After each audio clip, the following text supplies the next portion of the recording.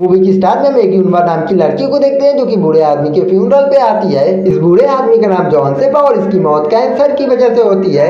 जॉनसेप एक स्कूल का प्रिंसिपल है, उसके पास बहुत ही ज्यादा दौलत है, लेकिन मरने से पहले उसने अपनी सारी दौलत यूनवा के नाम कर दी है। अब यहाँ पे यूनवा के साथ एक पत्रकार भी आया होता है और वो इस बात की कंफर्म करने के लिए आया था कि इसकी मौत कैसे हुई है, क्योंकि उसे शक था कि जॉनसेप की मौत कैंसर की वजह से नहीं बल्कि किसी और चीज की वजह से हुई है। लेकिन यूनवा से काफी देर बात करने के बाद उसे ऐसा कोई भी सबूत नहीं मिलता है जिसकी वजह से उसे ये पता चले कि उसकी मौत कैंसर की वजह से नहीं बल्कि किसी और चीज की वजह से हुई है। अब वो यहाँ से चला जाता है, लेकिन अगले दिन वो यूनवा के पास फिर से आता है और उसे उसके अतीत के बारे में पूछता है। अब यूनवा भी उसे अपने अतीत के बारे में बताने के लिए तैयार हो जाती है। ये रिपोर्टर यूनवा से काफी सारे सवाल पूछता है। अब रिपोर्टर उसे पूछता है कि आखिर तुम जॉनसेप से कब और कैसे मिली थी। अब यूनवा उसे अपने अतीत के बारे में सब कुछ बताने लगती है। इसके बाद हम फ्लैशबैक का सीन देखते हैं जहाँ पे यूनवा अपने सारे सामान को पैक करके जॉनसेप के घर जा रही थी।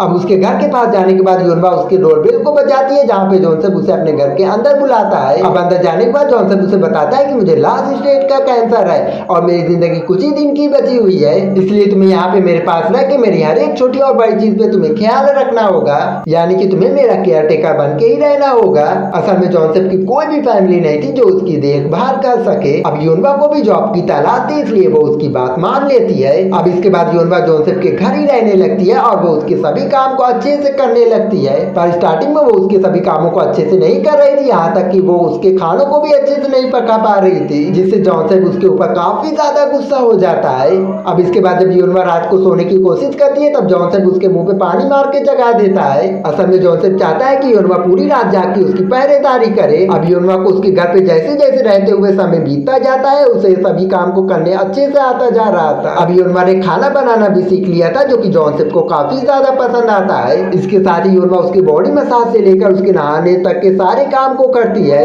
अब जॉनसेप उससे काफी ज्यादा खुश होता है और वो उसके ऊपर गुस्सा करना भी छोड़ देता है। अब जॉनसेप उसे घर में तो रखता ही था, लेकिन साथ में उसे अपनी पार्टियों में भी लेकर जाया करता था जिससे वो उसका बाहर भी ख्याल रख सके। एक दिन जॉनसेप यूनवा को अपने साथ एक पार्टी में लेकर जाता है जहाँ पे वो अपने दोस्तों के साथ एंजॉय कर रहा था, लेकिन स्टेज पे जाने के बाद यूनवा एक गाने को गाने लगती है, लेकिन अब उसका गाना सुन के जॉनसेप काफी ज्यादा इमोशनल हो जाता है। घर लौटते वक्त जॉनसेप यूनवा से पूछता है कि आखिर उसे इस गाने के बारे में कैसे पता चला।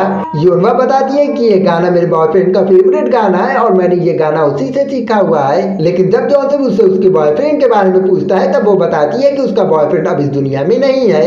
अब अगले दिन यूनवा जब जॉनसेप की नाखून काट रही होती है तब वो उससे पूछता है कि आखिर तुम अपने जवानी के दिन मेरे साथ क्यों बर्बाद कर रही हो। वो कहती है कि मैंने अपनी जिंदगी अपने नसीब पे छोड़ दी है। अब जॉनसेप उसे अपने मरे हुए बेटे के बारे में बताने लगता है और वो कहता है कि मेरा बेटा तुम्हारी ही उम्र का था, लेकिन उसका एक कार एक्सीडेंट हो गया जिस वजह से वो मुझे छोड़ के चला गया। अब रात के वक्त जॉनसेप की तबीयत खराब होने लगती है और उसकी तबीयत इतनी ज्यादा खराब हो जाती है कि वो बेड से नीचे गिर जाता है, लेकिन वो हिम्मत करके टेबल पे रखी दवाई तक पहुंच जाता है। अब उसे खा लेता है। अब जॉनसेप के घर के पास यूनवा भी पहुंच जाती है। यूनवा जॉनसेप से उसकी तबीयत के बारे में पूछती है, लेकिन जॉनसेप उसे अपनी तबीयत के बारे में कुछ भी नहीं बताता है। अब वो अपने कोट को इस्त्री करने के लिए कहता है। अब यूनवा उसके कोट को इस्त्री करने लगती है। इसके बाद जॉनसेप उससे कहता है कि तुम्हें फोटोग्राफर की दुकान पे जाके मेरा फोटो लेकर आना होगा, लेकिन यूनवा को कुछ ठीक नहीं लग रहा होता है, इसलिए वो वहाँ पे जाने के लिए मना कर देती है। लेकिन जॉनसेप उसे याद दिलाता है कि वो उसकी नौकर है, इसलिए वो मजबूरन वहाँ पे जाती है। अब फोटोग्राफर की दुकान पे जाने के बाद यूनवा को समझ में आ जाता है कि जॉनसेप अपने साथ कुछ गलत करने वाला है, इसलिए वो फोटो लेकर दौड़ के घर की तरफ जाती है। लेकिन घर पे पहुंचने के बाद वो देखती है कि मेन डोर बंद हुआ है,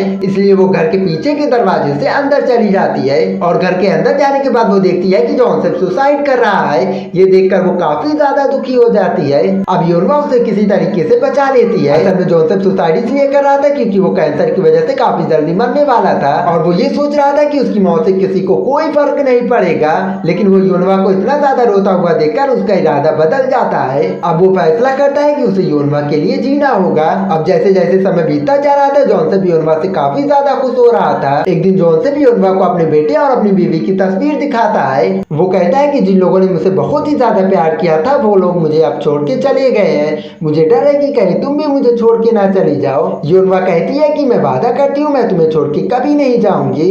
अब जॉनसेप को यूनवा की इतनी केयर देखकर उसे ऐसा लग रहा था कि वो उसे प्यार करने लगी है। अब रात के वक्त ये दोनों जब बैठ के शराब पी रहे थे तब जॉनसेप खुशी के मारे बहुत ही ज्यादा शराब पी लेता है। यूनवा उसे रोकने की कोशिश करती है पर वो उसकी कोई भी बात नहीं सुनता है। अब घर आने के बाद जॉनसेप यूनवा को शराब के नशे में कस के गले लगा लेता है और उसके साथ जबरदस्ती करने लगता है, लेकिन योरमा उसे धक्का देकर गिरा देती है और वहाँ से चली जाती है। इसके बाद हम प्रेजेंट समय का सीन देखते हैं और हम उस रिपोर्टर को योरमा के घर से बाहर आते हुए देखते हैं। अब वो रिपोर्टर उस क्लब में पहुंचता है जहाँ पे योरमा पहले जॉब कर रही थी। यहाँ पे उसे उसके बॉयफ्रेंड के बारे में पता चलता है, तब वो उसके बारे में जानने के लिए उसके घर पे जाता है। यहाँ पे वो रिपोर्टर उसके बॉयफ्रेंड के बारे में पूछ रहा था, पर वो उसकी बात को काट देती है और उसे अपने साथ डिनर करने के लिए कहती है। अब डिनर करते हुए रिपोर्टर उसे मजाक में कहता है कि कहीं तुमने ही जोसेफ का कत्ल नहीं किया है, लेकिन वो उसकी बात को इग्नोर करके उसके लिए ड्रिंक बनाती है। अब थोड़ी देर बाद वो अपने पास्ट के बारे में बताती है, जहाँ पे हम योरमा को जोसेफ के घर देखते हैं और वो उसके लिए काम कर रही थी, लेकिन जोसेफ की उस हरकत की वजह से हालात काफी ज्यादा बिगड़ गए थे।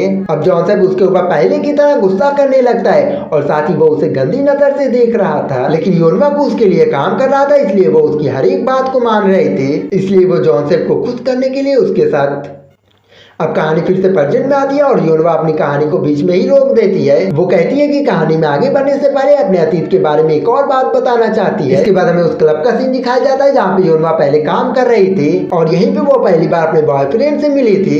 योरमा उस लड़के से काफी ज्यादा प्यार करने लगी थी, लेकिन उस लड़के को पता ही नहीं था कि योरमा उससे प्यार कर रही है। एक दिन योरमा क्लब के बाहर बैठी हुई थी और उसके सर में बहुत ही ज्यादा दर्द हो रहा था, लेकिन तभी वो लड़का वहाँ पे आता है और उसकी तबीयत के बारे में पूछने लगता है और उसके बगल में बैठ के उसके बारे में पूछने लगता है। अब ये लड़का योरमा को डिनर के लिए इनवाइट करता है, जिसपे वो मान जाती है और योरमा खुशी खुशी उसके साथ डिनर के लिए निकल जाती है। इसके बाद ये दोनों काफी ज्यादा करीब आ जाते हैं।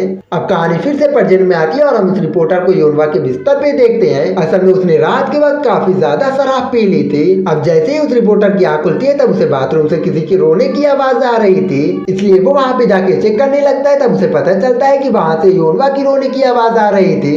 ये रिपोर्टर उसे रोने की वजह पूछता है, तब वो बताती है कि उसके साथ अतीत में बहुत ही ज्यादा बुरा हुआ है और साथ ही उसने उस बूढ़े आदमी को भी नहीं मारा है। इसके बाद वो रिपोर्टर उसे शांत करता है। अब ये दोनों काफी ज्यादा करीब आने लगते हैं। अब अगले दिन जब वो रिपोर्टर उठता है तब वो देखता है कि योरमा उसके पास नहीं है, लेकिन उसे डोर पे रखा एक आर्टिकल मिलता है जिसमें योरमा की बॉयफ्रेंड के बारे में कुछ लिखा हुआ था और उसे पढ़ने के बाद उसे समझ में आ जाता है कि उसका बॉयफ्रेंड कोई और नहीं बल्कि जोसेफ का बेटा है। अब वो उसके बॉयफ्रेंड के बारे में और भी छानबीन करने लगता है और उसे पता चलता है कि उसके बॉयफ्रेंड का कोई कार एक्सीडेंट नहीं हुआ था, असल में उसने फ्रस्ट्रेशन में आके सुसाइड किया है। इसके बाद उसे एक और आदमी मिलता है जो उसे योरमा के बारे में बताने लगता है। वो उसे बताता है कि योरमा उस बूढ़े आदमी को हमेशा एक ड्रिंक दिया करती थी, जिसकी वजह से वो उसकी ओर अट्रैक्ट होने लगा था। आगे हम देखते हैं कि जोसेफ अपने बेयर सेव कर रहा था और वो सेव करने के बाद योरमा के पास जाता है। अब यहाँ पे वो योरमा को रिंग पहना देता है, लेकिन तभी वो अचानक से उसकी आंख खुल जाती है और वो जोसेफ के प्रपोजल को ठुकरा देती है, लेकिन वो उसे इस बात के लिए मनाने की काफी कोशिश करता है कि वो उसे प्यार करता है और उसके साथ शादी करना चाहता है, लेकिन योरमा उसके किसी भी सवाल का जवाब दिए बगैर ही वहाँ से चली जाती है। अब अगले दिन वो रेडी होकर उसके घर पे आ जाती है और उसे एक सच्चाई बताने लगती है। यहाँ पे वो उसे बताती है कि वो अपने बॉयफ्रेंड की मौत का बदला लेने के लिए उसके पास आई है और उसका बॉयफ्रेंड कोई और नहीं बल्कि तुम्हारा बेटा है, और वो अपने बॉयफ्रेंड की मौत का इल्जाम किसी और को नहीं बल्कि जोसेफ को ही मानती है, क्योंकि वो अपने बेटे से नफरत कर रहा था, क्योंकि वो एक क्लब में रहने वाली लड़की से प्यार करता है। इसलिए वो क्लब के मालिक के साथ मिलकर उन दोनों को अलग करने की कोशिश कर रहा था, लेकिन क्लब के मालिक ने जोसेफ के बेटे के सामने ही योरमा के साथ जबरदस्ती करने की कोशिश की। अब ये सब देखकर उसका बेटा बर्दाश्त नहीं कर पाता है और वो एक कार के सामने जाके सुसाइड कर लेता है। अब जब जोसेफ को इसके बारे में पता चलता है तब वो काफी ज्यादा दुखी हो जाता है और वो पूरी तरीके से टूट जाता है। अब अगले दिन जोसेफ योरमा से कहता है कि वो उसे अच्छे तरीके से नहला के तैयार करे। अब योरमा उसे अच्छे तरीके से नहला के तैयार कर देती है। जब योरमा दूसरे रूम में थी तब जोसेफ खुद को सजा देने का फैसला करता है और वो एक चेयर के ऊपर चढ़ के खुद को फांसी लगा लेता है। अब अगले सीन में हमें योरमा को दिखाया जाता है जो कि एक रेलवे स्टेशन पे बैठी हुई थी और ट्रेन आने का इंतजार कर रही थी। जब ट्रेन आती है तब योरमा उसके सामने जाने लगती है, लेकिन तभी जोसेफ की आत्मा आके उसे सुसाइड करने से बचा लेती है और जोसेफ की आत्मा उसे माफी मांगती है। यहाँ पे जोसेफ की आत्मा कहती है कि मैंने जो कुछ भी किया मुझे उसकी सजा मिल गई है, पर तुम्हारे पास तुम्हारी पूरी जिंदगी पड़ी हुई है, इसलिए तुम ऐसा ना करो, तुम अपनी जिंदगी अच्छे से जियो और मैंने अपनी पूरी जायदाद तुम्हारे नाम कर दी है। इसके बाद जोसेफ की आत्मा यहाँ से चली जाती है और इसी सीन के साथ मूवी का एंड हो जाता है। और अगर वीडियो पसंद आए तो वीडियो को लाइक कर देना और चैनल को सब्सक्राइब कर देना ऐसी और भी इंटरेस्टिंग मूवी एक्सप्लेनेशन देखने के लिए।